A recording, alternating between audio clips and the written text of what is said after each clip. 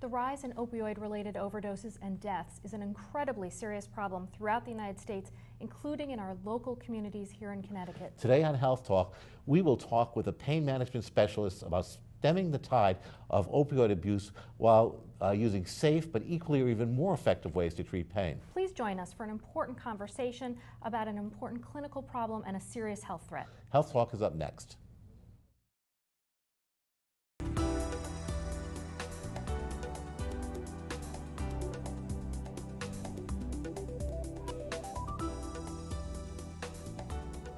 Hello, I'm Dr. Eric Mazur. And I'm Dr. Andrea Peterson. Today we're going to talk about the opioid epidemic and how to more safely and effectively treat pain. Our guest today is Dr. Puja Shah, an anesthesiologist and pain management specialist with Norwalk Hospital. Welcome to Health Talk. We're so glad to have you here. Thank you for having me. What a timely and important visit.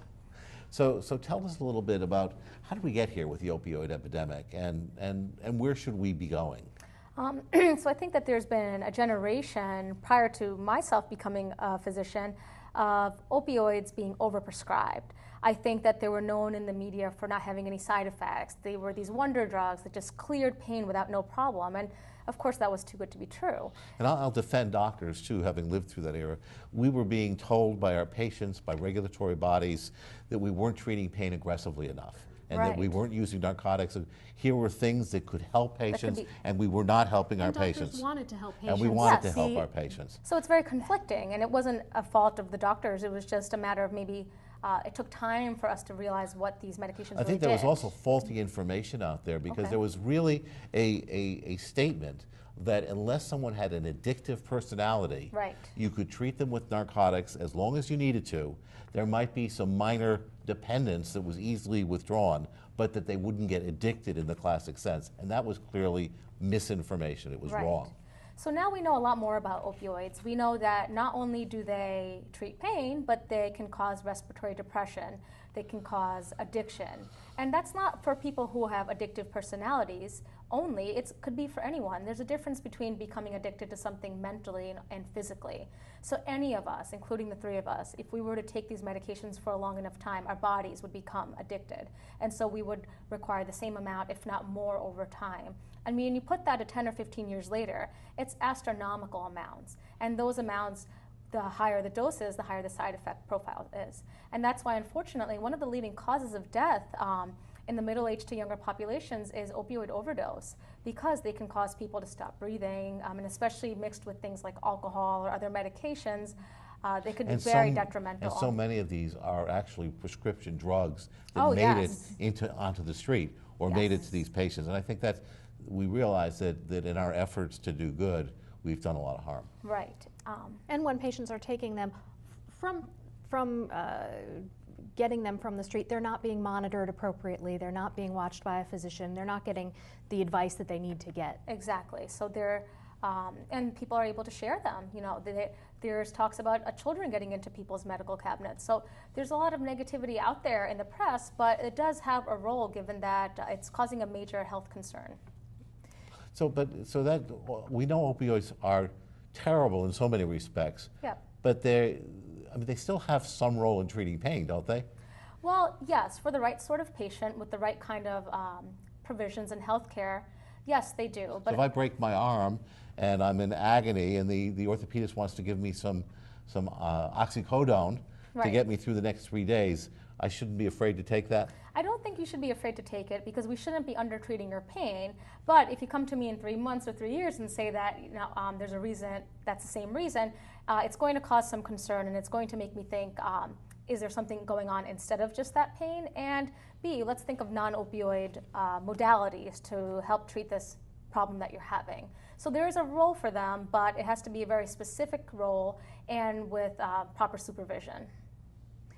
Tell us a little bit about then where should we be going in terms of pain management, helping people minimize their pain without such reliance on opioids? So luckily the healthcare system today has come up with a lot of complementary medications and alternative therapies. There's a lot of ads out there about nerve pain medications like Lyrica and gabapentin, and they can help pain like the typical sciatic pain by numbing the nerves, but not having the same kind of side effect profile. I always say that particularly addiction and overdose. Right. I mean, all medications do have their own side effect profiles, but I always feel that taking one of 4 or 5 different families is better than taking one extremely high dose of opioids. Once again, all of this would have to be monitored by a healthcare provider. Some antidepressants can actually have a role in pain management in conjunction with mood. And we also always like to promote physical therapy and exercise because strong muscle strength can actually prevent us from having things like herniated discs and the degeneration that happens with age. Lastly, the technology, we have spinal cord stimulators. They're placed in people's spines, and so instead of our nerves firing off negative, painful signals all the time, these stimulators actually fire off a pleasant vibration, and so it can almost trick the brain into not feeling pain. So the opportunities are really endless. It really does depend on each patient. I think that's so important because each patient is different and different types of pain are different. Yes. And we know that different even medications work better or not as well for certain types of pain. Right, and so it's also very important to keep an open mind as a physician, as a patient. I think expectations are very important. Going into the pain management doctor's office and knowing what is it that you want to do again. Do you want to get back to walking, or do you hope to run the New York City Marathon? Each person's goals are different, and expectation management would be first and foremost, even before And just we because jump. you want to run the marathon, Right. you can't guarantee as a pain Right, and management it may doctor. not even be healthy for you. There may be limits to what we should all be doing. There's surely limits for myself, and so I think that we're all human and we have to know our own bodies. Goals are great, but within means, and so I think that having that full open conversation with your doctor is very important. And how about the eradication of pain? I always worry, especially with chronic pain, that people expect to feel, they want to feel pain-free. And I'm not sure that's realistic in many instances, but just to reach a point where you're much more functional is really the goal. I think so, and it also depends. Now, acute pain, eradicating acute pain can be possible. You've seen people and even athletes with broken limbs and all sorts of things, and they're back to normal, if not better. But chronic pain, the longer that pain goes on, the more difficult it is going to be hard to catch that root, and the harder it is going to treat. So getting to maybe 50% of your daily pain would be possibly a good goal, or getting to 2 times the normal functioning you're doing. If you're able to walk 2 blocks, maybe to 4. Those are the kind of goals that I think are important to have, and they're more attainable for some people. Tell us a little bit about if people are taking opioids and they would like to try to bring those doses down or even get off the opioids, what kinds of options are there for them?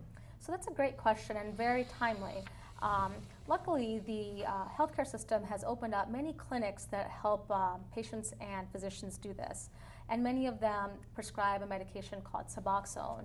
And this is technically a maintenance drug. So it allows people to not withdraw because remember, since these medications are very, very strong and addicting, getting off of them completely cold turkey can be very detrimental. That's a whole slew of side effects in and of itself. So medications like Suboxone can help patients wean off of these drugs, but also maintain their body so that they don't withdraw. There are options that don't include those medications and doing a very, very slow titration, about 10% per week over a long period of time. Adding in some of the other measures that I told you about, non-opioids can actually get to a place where people are opioid-free and functioning even better. Well, what are signs that people actually are addicted? For the patients at home, how do they know that they're and maybe you could separate addiction from dependence on the drug? So I think that it's very important to separate the two. Addiction tends to have more physical needs. So all of us can become dependent. Like I said, psychological dependence. For example, I'm psychologically dependent on coffee, whether my body needs it or not. When I wake up, it's almost like a habit. And so I'm sure that's a part of both because the caffeine is also something that my body is craving. So that is pretty much common for everybody because the opioids will have this effect. Now, a true addiction... but if you are dependent and you stop your opioids cold turkey, to use a drug term, but suddenly and completely, you're going to withdraw. You're going to withdraw. Even if you don't have the addiction part of it. So you are dependent on the drug. Yeah, because any human being would become dependent on this type of drug for a long period of time. Now, if you broke your arm, for example, and had 3 tablets, are you going to withdraw? No. But if we're going to 3 months now where you've been taking it every day, absolutely. And some of those symptoms can be flu-like, feeling like you can't get out of bed, just feeling overall worsening mood. So if somebody takes enough of a narcotic Yes. for a long enough period of time, Yes. they're going to become dependent. Yes. Period. That's just a fact. Yes. But that doesn't necessarily, how is an addict then different from somebody like that? So I would consider someone who is having addictive tendencies feeling like they'll go to extreme measures. So for example, they're at their child's birthday party and they forgot their tablet at home. Someone would say, oh, I'll just wait, the extra hour till I get home. But this person may have to drop everything and just race out of there. And whether it's because their pain is truly being triggered or if it's more psychological is not really known, nor does it really matter, because if they're disrupting their normal life to get to these medications, that's when it becomes a real problem. If they're requiring higher and higher doses. I was just going to ask that. That's now, a sign, isn't it, if they right. continually need more to get the same close relief. Right, and we have to remember that with any kind of drug, our bodies will continue to need more and more, and I always like to go back to coffee. If you're starting off in your 20s with 1 cup, a lot of 30, 40-year-olds are needing 2, and that's just our bodies. But when it comes to opioids, it becomes a lot more detrimental and dangerous. And if it's to the point where in 1 week you're taking X amount, and then the second, third week you're needing more and more, now that is a true sign of addiction. And especially if then you're starting to supplement it with other illicit substances because you feel like you're not getting the same effects. Now that's a really bad road to go down.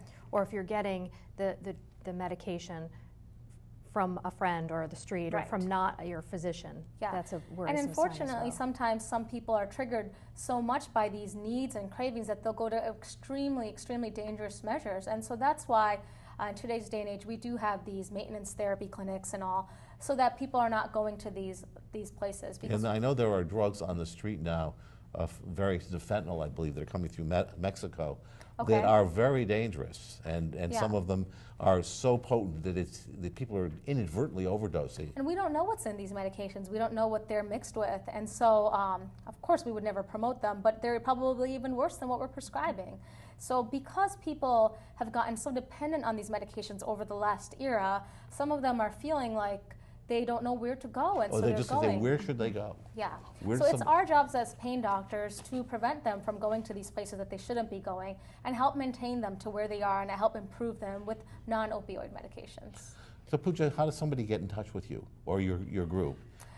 Well, I can leave my information with you guys at the end. I also have a healthcare blog. And at Norwalk Hospital, I'm one of the pain physicians, and I always like to keep my schedule pretty open for people who are truly in need. So they could call Norwalk Hospital? Yes. And ask for the pain clinic, or yeah, the pain ask for you management department, and they can ask for me specifically, and I would be happy to help. What about family members who may be concerned about their loved ones taking medications? That's a great question. So often in the pain management world, we do have groups of family members coming in. And I don't treat pediatric patients in the clinic setting, but even 18-year-olds, I'll have a parent come in and take me aside sometimes and say, Billy's been taking this for 2 or 3 months. I'm concerned. He's in private school and we're getting these letters sent home, and I think that's really valid. And I think it's really important for the job of a parent to really regulate and watch young ones when they are taking these medications and make sure that it's in a very controlled setting. Going to non-pediatrics and non-young ones, I also have... we only have a couple seconds left, so... Yeah, so I think that in any case, it's important for family members to be involved, and I like to have a full and thorough conversation with the whole group as long as the patient is permitting. So unfortunately, we have to stop. This is a very important discussion. Thank you, Puja, for joining us on Health Talk today. For our viewers, please email us your questions and comments to healthtalk@wchn.org. We'd love to hear from you. Thanks for watching. See you next time.